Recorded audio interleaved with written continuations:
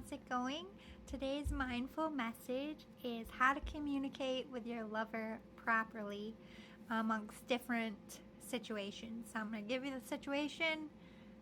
Apparently I can't cover everything, but the basics.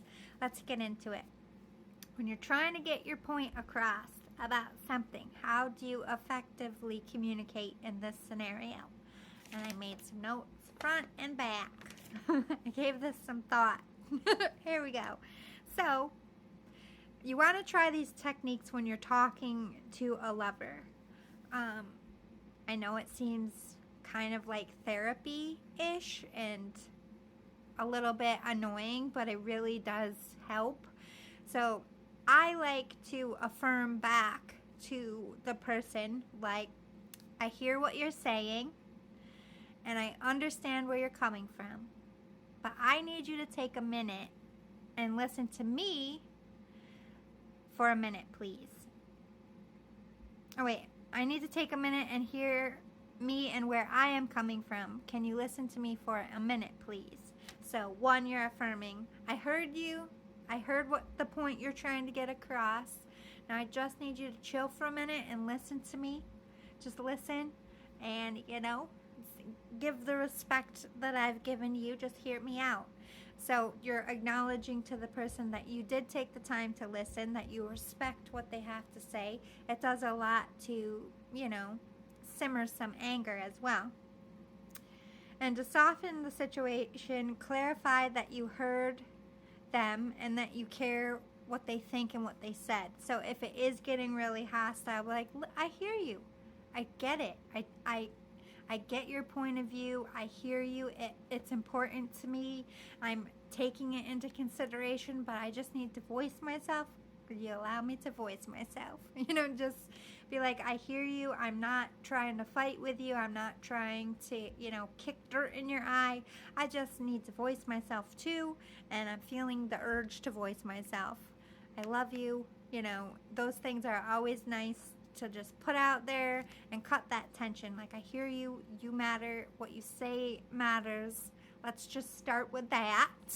Always going in a positive direction. I don't want to be upset or get into an argument. These are another tool to effectively communicate. Look, I don't want to fight. I don't want to argue. I just need to say my piece, and I want you to know I heard you, and I'm not trying to upset you. Will you hear me out? Like, I heard you. I'm not trying to make this an argument. I just want you to hear me, that's all. It simmers it down. It's very direct. One, you acknowledge it's getting heated, and you're truly trying to calm down the situation and just be heard. You're giving respect and letting them know that you're in their thoughts and will be considered in any decisions further. So, the third is, I hear everything you're saying. I see why you feel that way. Thank you for helping me to see your side of things. Will you let me try to explain my side, and maybe then we can find a way to meet in the middle? That's really loving and respectful. I hear what you're saying. I see why you feel that way, acknowledging that you heard and you're responding. Thank you. Thank you for voicing your feelings to me, because they're important. That thank you is everything, especially, just don't say it snarky, because it can go another way based on your tone. So just be mindful of that. All right, when trying to make a difficult decision as a couple, how do you communicate effectively? So I'm going to give you, again, 3 points to feed off of to take into your own life. You must set aside personal feelings and wishful thinking to make any clear decision. You need all of the facts. It's hard to hear facts if you're being in a one-sided, if you are being one-sided or in a one-sided situation. Look logically at all sides. Review several outcomes. So I know that when we're making decisions as a couple, you genuinely have an idea of what you want, or you might not. The point is, despite what you want, you have to look at it realistically to your life, your relationship, and the situation. You can't have the rose-colored glasses over your eyes. You can't be whimsical, because it's just going to lead to arguments and trouble down the road. So just look at everything effectively. That's step one into making a decision as a couple. Take your side or their wishes out of it and just look realistically at your life, at your finances, at the situation at hand. Review a 360 degree before any situation is decided. If you each made a decision, be realistic to your life and your means. Talk to each other about fears and concerns. Listen and don't shoot down each other's ideas. Look at it in the long term and talk it out. Then rule out what doesn't make sense or what won't work for you. So your person says, I want to do this because I think it'll do this for our lives and it'll lead down to this. And hear them out, but like, that's a great idea, babe, but this could also happen. And we can't rule out that this could also take us a nice way. So just because, like, don't get your hopes set up on one thing, because that really does cloud your judgment, or the person. So you really have to just talk, like, what is your concerns? If we did it my way, what would be scary to you, or what makes you hesitate, and vice versa. Sometimes other people's fears make you realize a situation that you didn't consider before, and it might actually add to, in favor of, or rule it out. So talking about those fears and concerns are vital. Don't get frustrated. If tempers are rising, set it aside for a minute and come back when you're calm. Arguing about a situation is never going to lead to a decision. Or it might. It's just going to be a really bad one. The more on the same page you are, the better the outcome.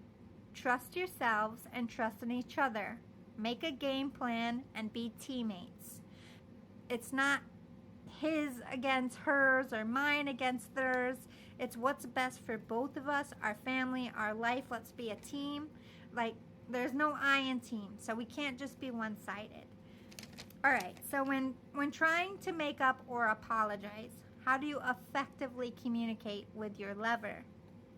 1, gift giving is considered a love language, but money cannot be your apology, and action cannot be your apology, and sex cannot be your apology. With this I mean, yes, these things can come after your apology, but it can't be the only acknowledgement that you did something wrong. You have to you need to verbally communicate certain things, and we're going to get into this. 1, take responsibility for the things you did or said wrong. Regardless of whatever the situation that brought you there, an argument took place, apologies need to be made. I didn't hear you out. I came in hot, or I could have handled that better. I acknowledge that. We shouldn't do this in the future. I'm sorry for this. I take responsibility for this, and I just want you to know that, I did check myself. I did learn something from this, and that has to be both sides. It can't just be one person doing it, because then that turns to resentment. The other person also has to be willing to. It's really hard to have a healthy relationship with people who are never wrong and never admit, when they fuck up, or acknowledge what they need to work on. Acknowledge that you didn't mean the terrible things said in anger, and that you'll work harder to not say things or do things out of anger in the future.